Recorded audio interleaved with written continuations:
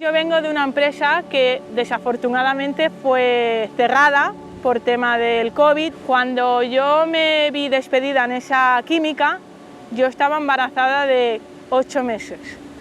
Entonces aquí en esta empresa, Elix, me acogió embarazada para hacerme una entrevista que por primera vez y nunca visto, me citaron presencialmente aquí para hacer la entrevista con mi barrigona, a punto de salir de cuentas, con el miedo a que con los nervios y la tensión de la entrevista igual me pusiera de parto.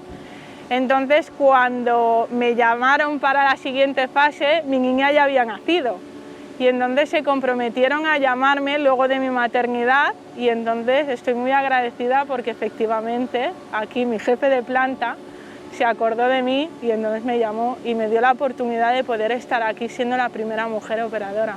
Por mi carácter me gusta romper estereotipos. Entonces siempre he pensado de por qué no una mujer puede desarrollar un trabajo que viene siendo de hombre.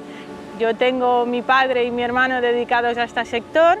Mi padre llevaba muchos años en esto, mi hermano mayor también, y entonces lo he venido criando un poquito desde mi casa, escuchando historias, sabiendo de qué tipo de trabajo se realiza, y entonces le fui sacando un poco el gusto a todo esto.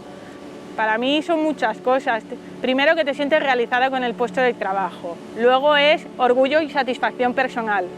Yo, como primera mujer que soy única de momento, poder desarrollar el trabajo como el resto de mis compañeros. Entonces eso me da orgullo a nivel personal y satisfacción. Luego, estabilidad laboral, y estabilidad personal también, ¿no? Entonces, bueno, me permite en mi vida personal o mi conciliación familiar seguir avanzando con mis sueños o mis ilusiones a tema personal. Y bueno, pues ser una más entre todo este mundo, pues te genera orgullo. Yo me siento muy realizada desarrollando este tipo de trabajo.